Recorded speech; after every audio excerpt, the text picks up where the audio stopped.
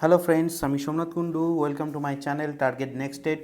আজকে নিয়ে এসেছি আর একটা ইন্টারেস্টিং ভিডিও, পার্কিনসন ডিজিজের পার্ট 2। এখানেও থাকছে 15টা এমসিকিউ কোশ্চেন, এবং যেগুলো কিন্তু টেটের ক্ষেত্রে অপরিহার্য হতে চলেছে। অবশ্যই আপনারা পুরো ভিডিওটা দেখুন, এখান থেকে অনেক কিছু শেখার আছে, জানার আছে। এবং আপনাদের কাছে আবার ভিডিও শুরু করার আগে আবার অনুরোধ যে আপনার ভিডিওটা যদি আপনাদের ভালো লাগে এবং উপযোগী মনে হয় তাহলে অবশ্যই সাবস্ক্রাইব করুন, লাইক করুন এবং শেয়ার করুন। আপনারা মনে রাখবেন যে আপনাদের লাইক এবং শেয়ারের জন্যই কিন্তু এবং সাবস্ক্রিপশনের জন্যই কিন্তু আমি ভিডিওগুলো বানাচ্ছি। চলুন এবার চলে যাই আমাদের মেন টপিকে। আজকে যেটা পড়ব সেটা হচ্ছে পার্কিনসন ডিজিজের পার্ট 2। আগে পার্ট 1 আমরা পড়েছি, এবার হচ্ছে পার্ট 2। এখানেও রয়েছে 15টা এমসিকিউ কোশ্চেন।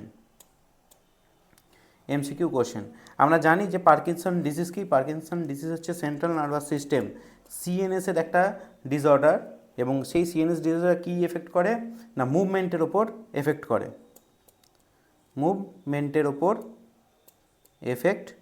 করে। কিভাবে না, এটা একটা নার্ভাস সিস্টেম আমাদের ব্রেনের এখানে হ্যামারেজ, এবং যদি বয়স যাদের 60 আপ হয়ে যায় বৃদ্ধ বয়সের ক্ষেত্রে কিন্তু দেখা যাচ্ছে এই পার্কিনসন ডিজিজটা আসতে পারে। এর জন্য কী হতে পারে না, এই রিজিডিটি আমাদের যে শির দ্বারা পেশি, এই মাংসপেশি, এটা শক্ত স্টিফনেস আসতে পারে, এবং এখানে পশ্চার ইনস্টেবিলিটি আসতে পারে, এবং এর সঙ্গে ব্র্যাডিকাইনেশিয়া মানে হাঁটা চলার স্লো মুভমেন্ট আসতে পারে, ট্রিমর আসতে পারে মানে কম্পন, এই যে হাত কাঁপা, জলে গ্লাস ধরলে কাঁপা, হ্যাঁ, অবাঞ্ছিত যে কম্পনটা হয় যার জন্য কাজ করা অসম্ভব হয়ে পড়ে বয়স্কদের। তো এইগুলো আসতে পারে। এর সঙ্গেও কিছু সিমটমস আছে, যেমন লালাক্ষরণ, হাত কাঁপা, গন্ধ না পাওয়া, ঠিক আছে, হাঁটা চলার সমস্যা, চোখ একবারে তাকিয়ে থাকা, হাত স্টিফনেস হয়ে যাওয়া, পেটের সমস্যা, ঠিক আছে।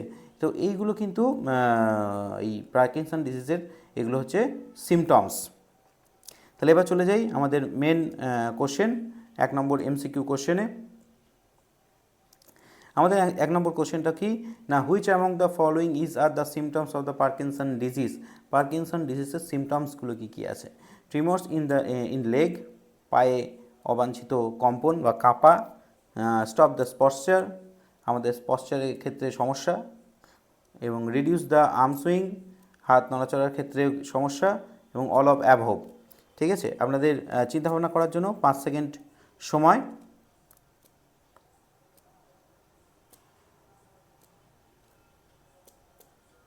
সঠিক উত্তর কি? সঠিক উত্তর হচ্ছে ডি, অল অফ অ্যাভব। মানে এই উপরের এই তিনটে জিনিসই কিন্তু এই পার্কিনসন ডিজিজের সিমটমস। চলে যাবো এবার 2 নম্বর প্রশ্ন। 2 নম্বর প্রশ্ন কি?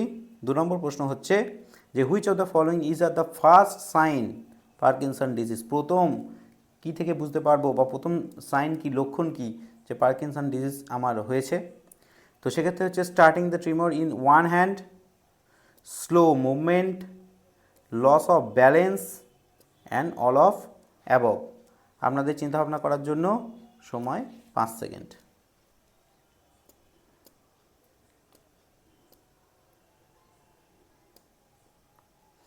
সময় শেষ। সঠিক উত্তর কি? সঠিক উত্তর হচ্ছে ডি, অল অফ অ্যাভব। মানে এই সবগুলোই হচ্ছে সাইন, এই তিনটেই হচ্ছে সাইন। ট্রিমর কম্পন অনুভূত, স্লো মুভমেন্ট, হাঁটা চলার ক্ষেত্রে স্লো হয়ে যাওয়া, এবং লস অফ ব্যালেন্স এবং ব্যালেন্স না পাওয়া। চলে যাই 3 নম্বর কোশ্চেনে। 3 নম্বর কোশ্চেনটা কি বলছে, who is diagnose the Parkinson disease exactly. কে এটাকে ডায়াগনোজ করতে পারে?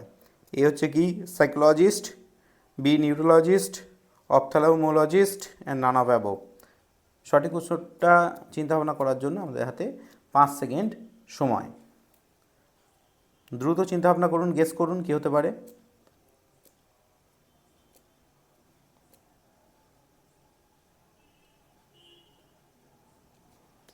সঠিক উত্তর হচ্ছে নিউরোলজিস্ট। সঠিক উত্তরটা হচ্ছে নিউরোলজিস্ট। ওকে, পরেরটায় চলে যাই 4 নম্বর কোশ্চেন। 4 নম্বর কোশ্চেনটা কী আছে না, এই which is the average age appearing the Parkinson disease in population. মানে কোন বয়সে এই পার্কিনসন ডিজিজটা বেশি দেখা যাচ্ছে পপুলেশনের মধ্যে। ঠিক আছে, 20, 30, 40 এবং 60।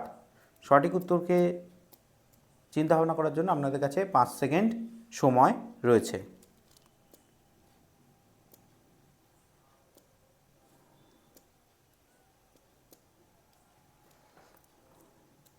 সঠিক উত্তরটা কি?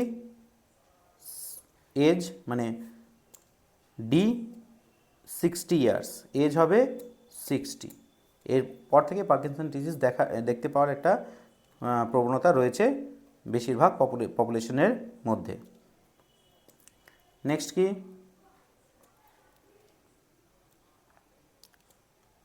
নেক্সট হচ্ছে deficiency of chemical which responsible for occurring the Parkinson disease. বলছে কোন ডেফিসিয়েন্সি, কোন কেমিক্যাল ইজ রেসপন্সিবল, এর জন্য দায়ী পার্কিনসন ডিজিজের ক্ষেত্রে? Serotonin, dopamine, GABA, all of above. আপনাদের চিন্তা ভাবনা করার জন্য সময় হচ্ছে 5 সেকেন্ড।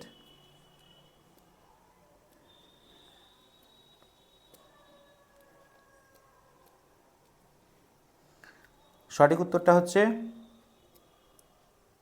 বি, অ্যান্সার বি, মানে হচ্ছে ডোপামাইন। চলে যাব নেক্সট কোশ্চেন, 6 নম্বরে। 6 নম্বর কি?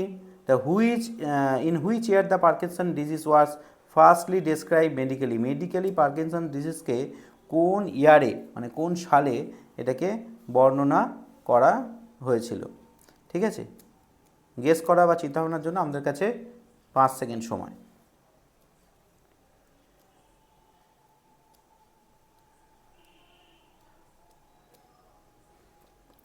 সঠিক উত্তরটা কি?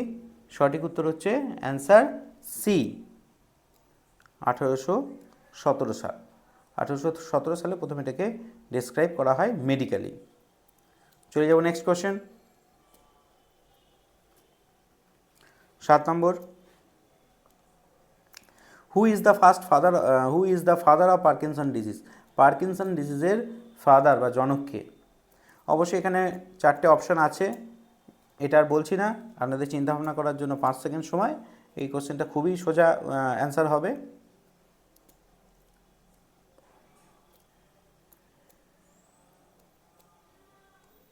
সঠিক উত্তর হচ্ছে জেমস পার্কিনসন। এটা খুবই সহজ ছিল, কারণ নাম দেখে এটা আমরা বুঝতে পারছি যে উত্তরটা কি হতে পারে। নেক্সট চলে যাব 8 নম্বর কোশ্চেন। 8 নম্বর কোশ্চেন হচ্ছে which among the following is the theme of the world Parkinson day 2022। World Parkinson যে ডে, সেই ডে 2022-এর থিম কী ছিল? এটা আপনার 4টে অপশন দেওয়া আছে, ABCD। আপনাদের চিন্তা ভাবনা করার জন্য 5 সেকেন্ড সময়।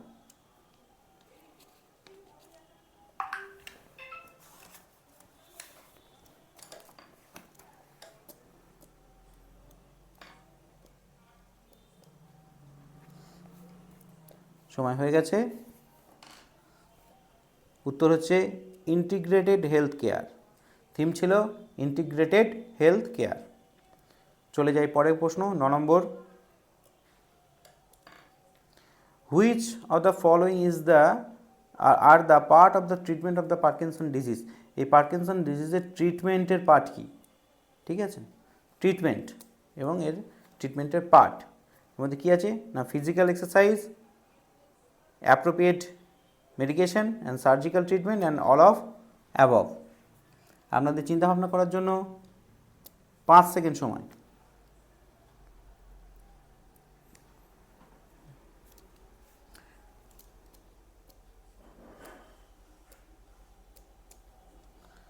সময় শেষ।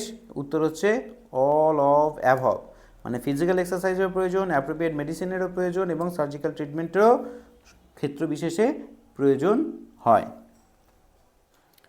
পরের কোশ্চেন চলে যাব 10 number. Which of the following are the preventive measure of Parkinson disease. এই প্রিভেন্টিভ মেজার কী আছে পার্কিনসন ডিজিজের ক্ষেত্রে? 4টে অপশন এখানে দেওয়া রয়েছে। বলছে regular health check up, exercise regularly, use of the fresh vegetables and all of above. আপনাদের চিন্তাভাবনা করার জন্য 5 সেকেন্ড সময়।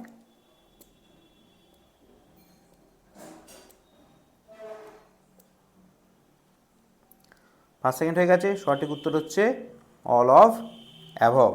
তার মানে কি, আমাদের প্রিভেন্টিভের জন্য মেজারে কী কী প্রয়োজন পার্কিনসন ডিজিজের ক্ষেত্রে? আমাদের হেলথ চেক আপ করতে হবে, এক্সারসাইজ করতে হবে, ফ্রেশ ভেজিটেবলস খেতে হবে, এই সবগুলোই আমাদের করতে হবে। চলে যাব নেক্সট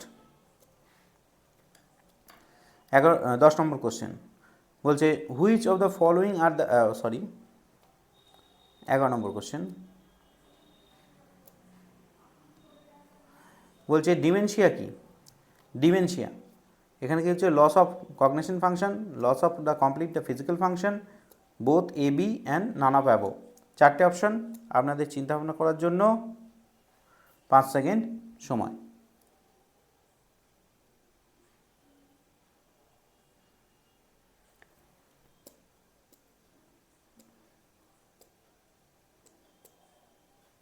সঠিক উত্তর হচ্ছে A, loss of cognitive function. Dementia মানে হচ্ছে মস্তিষ্কের রোগ এবং এটা ভুলিয়ে দেয় অনেক কিছু। ঠিক আছে, পরে আরও ডিটেলসে আসবে, ডিমেনশিয়া নিয়ে একটা ভিডিও করা হবে। চলে যাব নেক্সট কোশ্চেন 12 নম্বর। 12 নম্বর কী বলছে? বলছে which among the following is are the symptoms of the dementia. এর সিমটমস কী আছে? Difficulty in speech, experiencing the memory loss, poor judgement and all of above. আপনাদের চিন্তাভাবনা করার জন্য 5 সেকেন্ড সময়।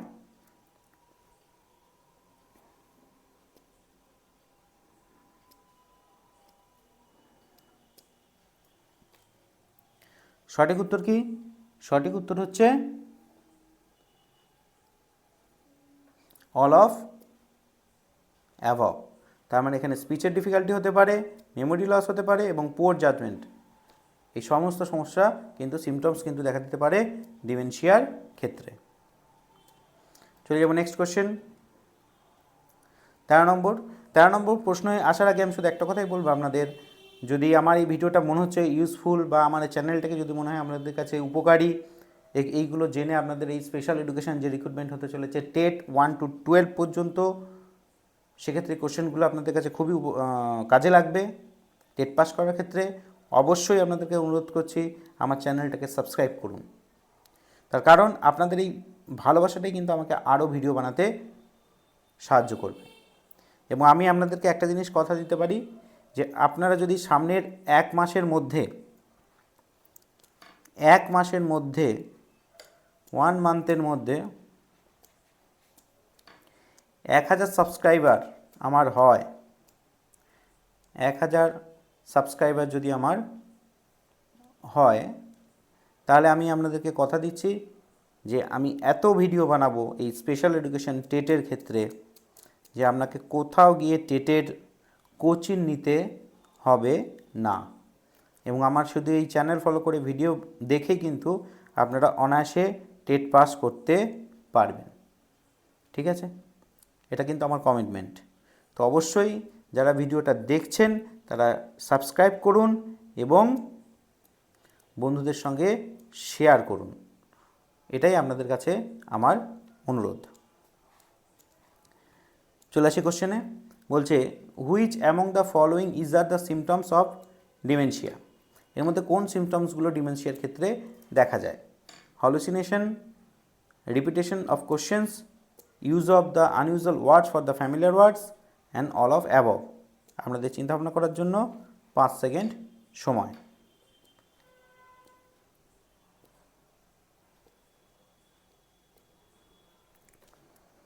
সঠিক উত্তর কি?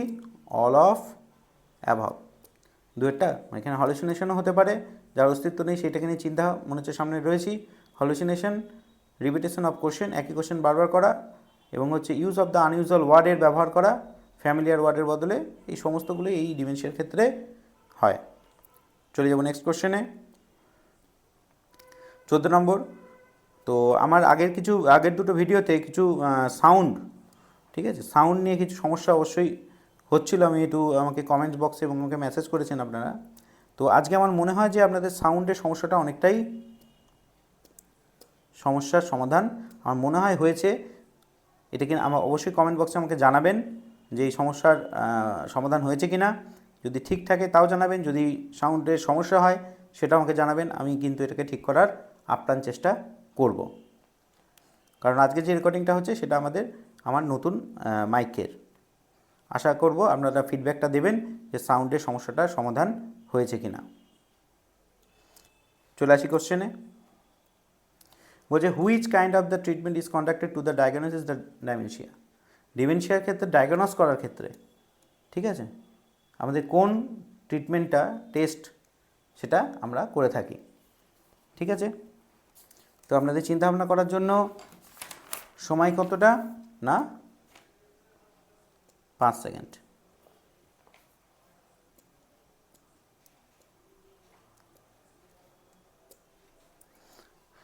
সঠিক উত্তর হচ্ছে অল অফ অ্যাবভ। তার মানে কি পেট, সিটি, এমআরআই এই সবগুলো এই ডিমেনশিয়ার ক্ষেত্রে কিন্তু ডায়াগনোস টেস্টের ক্ষেত্রে কিন্তু সবগুলো টেস্টই করা হয়ে থাকে। ঠিক আছে, নেক্সট এবং last question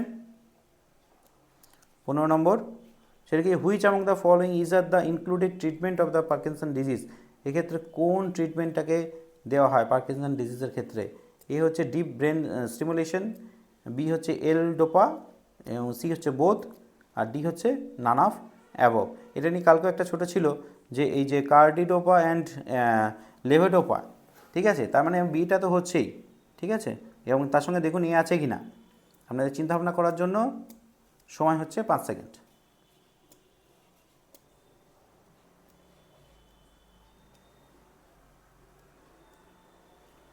answer C both. তার মানে হচ্ছে ডিপ ব্রেন স্টিমুলেশনও হয়, ব্রেনের স্টিমুলেশন দেওয়া হয় এবং তার সঙ্গে এই মেডিসিনসগুলো ব্যবহার করা হয়। ঠিক আছে, মানে এখানে both A and B both হবে। সকলকে অসংখ্য ধন্যবাদ জানাচ্ছি ভিডিও শেষে। ভিডিওটি পুরো দেখার জন্য সকলকে অসংখ্য ধন্যবাদ। এবং যদি ভিডিওটি মনে হয় যে আপনার কাছে খুবই ইউজফুল হচ্ছে এবং এটা আপনার উপকারী, তাহলে অবশ্যই লাইক করুন, অবশ্যই লাইক করুন, শেয়ার করুন এবং চ্যানেলটিকে সাবস্ক্রাইব করুন। ধন্যবাদ।